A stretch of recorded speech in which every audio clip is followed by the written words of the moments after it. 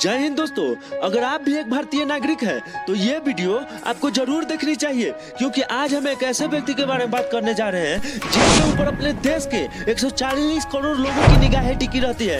भारत का हर नागरिक उन्हें जानता है। कोई उन्हें युवराज कहता है तो कोई पप्पू, कोई उन्हें गरीबों का मसीहा कहता है तो कोई उन्हें अपना अगला पीएम मानता है। जो जितना जानता है उतना कहता है। दोस्तों, आज हम बात करेंगे देश के सबसे बड़े विपक्षी नेता में से एक राहुल गांधी के बारे में, जिनकी पूरी जिंदगी कंट्रोवर्सी से भरी पड़ी है, जो अपने अब तक के जीवन में कई उतार चढ़ाव देखे, कभी अपनों को खोने का गम तो कभी अपनों को देश के सबसे बड़े पद में से एक पाने की खुशी। तो चलिए दोस्तों, शुरू करते हैं आज की कहानी।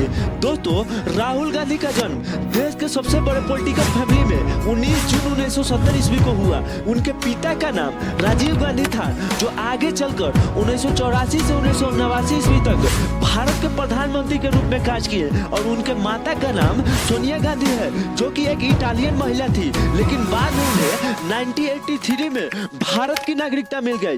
आपके जानकारी के लिए बता दूं दोस्तों, सोनिया गांधी भारत के सबसे बड़े पार्टी में से एक कांग्रेस पार्टी के अध्यक्ष भी रह चुकी है। और सन 2004 में उन्हें प्रधानमंत्री पद के लिए चुना गया, लेकिन वे पीएम बनने से साफ साफ इनकार कर दी। राहुल गांधी की बहन का नाम प्रियंका वाड्रा है, जो कि एक सक्रिय राजनीतिज्ञ है।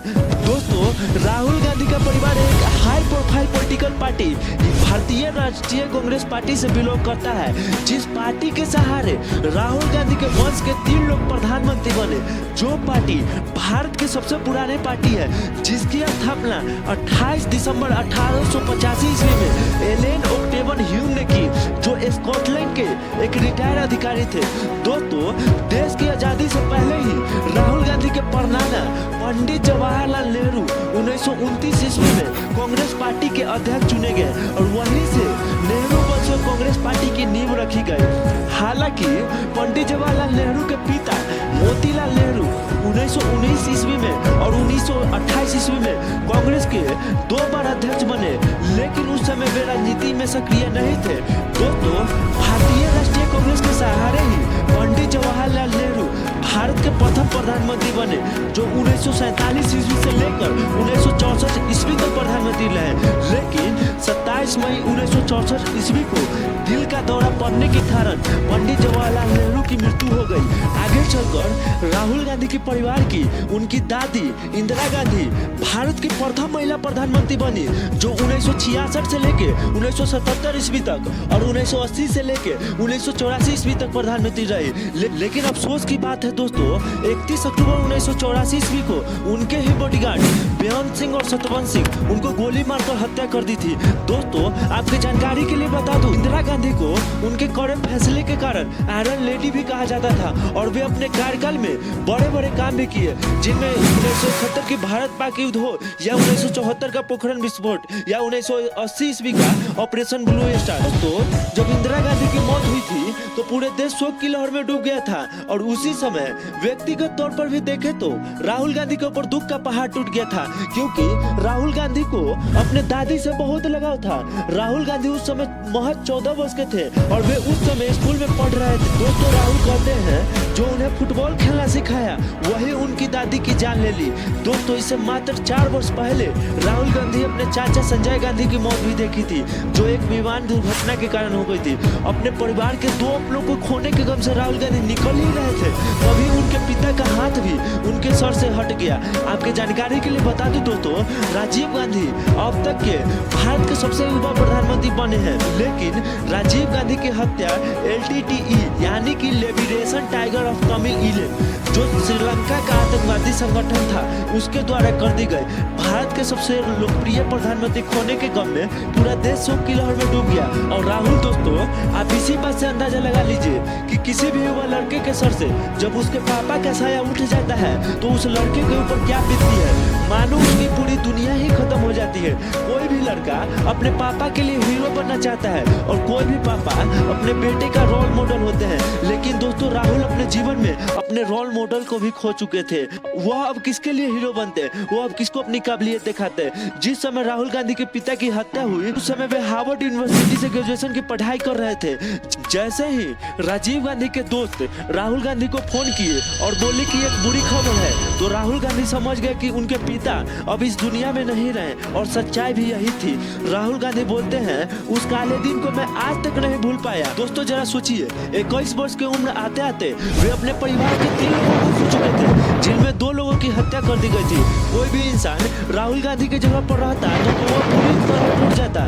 दोस्तों जब राजीव गांधी की जनाजा को जनता के दर्शन के लिए 3 मूर्ति भवन में रखा गया तो उस भीषण गर्मी में भी लाखों जनता राहुल गांधी के पिता की जनाजा देखने के लिए उमड़ पड़े और करोड़ों लोगों की आंखों में आंसू थी। राहुल गांधी जब अपने पिता के लिए जनता के दिल में प्यार देखे तो उसी दिन वे राजनीति में आने का मन बना लिए।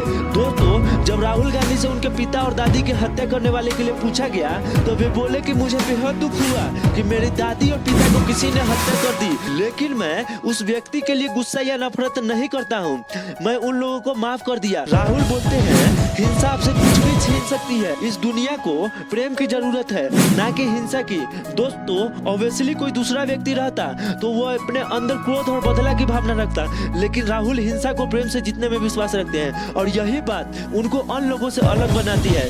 राहुल गांधी सबसे पहले राजनीति में सन 2004 ईस्वी में आए। वे अमेठी से उस समय लोकसभा में चुनाव लड़े और जीत गए। वे लगातार 3 बार अमेठी से जीते, लेकिन 2019 में उन्हें अमेठी से हार का सामना करना पड़ा, लेकिन उस समय वे केरल के वायनाड से ऐतिहासिक जीत हासिल किए थे। दोस्तों राहुल गांधी 24 दिसंबर 2007 ईस्वी में AICC यानी ऑल इंडिया कांग्रेस कमेटी का महासचिव भी रह चुके हैं। इसके अलावा वे NSUI यानी national student union of India तथा IYC इंडियन यूथ कांग्रेस का प्रभारी भी रह चुके हैं। वे 2017 से 2019 ईस्वी तक भारतीय राष्ट्रीय कांग्रेस के अध्यक्ष भी बने रहे, लेकिन वे अपने खुद के काम से संतुष्ट न होकर अध्यक्ष पद से इस्तीफा दे दिए। दोस्तों वे अपने पिता के नाम पर राजीव गांधी फाउंडेशन और राजीव गांधी चैरिटेबल ट्रस्ट चलाते हैं, जो गरीबों एवं विकलांगों को इलाज एवं विकास के उपयोग में आती है। राहुल गांधी एजुकेशन पर्पज से भी बहुत अच्छे हैं। शुरू में राहुल गांधी की पढ़ाई दिल्ली के सेंट कोलंबस स्कूल से हुई, फिर उन्हें उत्तराखंड के ददून स्कूल में एडमिशन करवा दिया गया, लेकिन उन्हें सुरक्षा कारण से कुछ दिन होम स्कूलिंग भी करनी पड़ी थी। कुछ सालों बाद 1989 में वे अंडर ग्रेजुएट की पढ़ाई के लिए दिल्ली के संत स्टीफन कॉलेज में एडमिशन लिए। फिर भी वे अपने पढ़ाई को बीच में ही छोड़कर आगे की पढ़ाई करने के लिए अमेरिका चल गए और हार्वर्ड विश्वविद्यालय में एडमिशन ले लिए, लेकिन उनके पिता की मृत्यु के कारण वे रोलिन कॉलेज फ्लोरिडा में स्थानांतरित हो गए। वहां से वे बैचलर ऑफ आर्ट्स की डिग्री हासिल किए। 1995 ईस्वी में वे कैम्ब्रिज के ट्रिनिटी कॉलेज में MPhil की डिग्री हासिल किए। जब वे MPhil की पढ़ाई कर रहे थे तो सिक्योरिटी पर्पस के कारण अपना नाम बदलकर राहुल गांधी की जगह राहुल विंची रखे थे। वे अपनी पढ़ाई पूरी करने के बाद खुद की टेक्नोलॉजी कंसल्टिंग कंपनी की शुरुआत की, लेकिन बाद में वो पूरी तरह राजनीति में आने का मन बना लिए। दोस्तों इनकी पर्सनल लाइफ के बारे में बात करें तो वे अभी तक शादी नहीं किए। शादी के बारे में जब राहुल गांधी से पूछा गया तो वे मजाक में ही बोले कि कोई प्यार करने वाली लड़की मिलेगी तो मैं शादी कर लूंगा, लेकिन फिलहाल मैं कांग्रेस पार्टी में बहुत बिजी हूँ और मुझे टाइम नहीं मिल पाता। दोस्तों आपके जानकारी के लिए बता दूं, दोस्तों फिटनेस के मामले में भी राहुल गांधी का अलग ही स्थान है।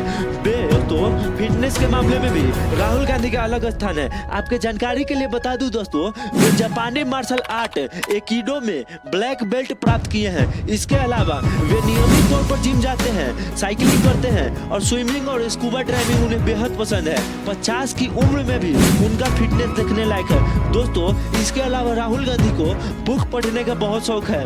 दोस्तों राहुल गांधी आज के डेट में प्रधानमंत्री पद का विपक्ष का सबसे बड़ा चेहरा है।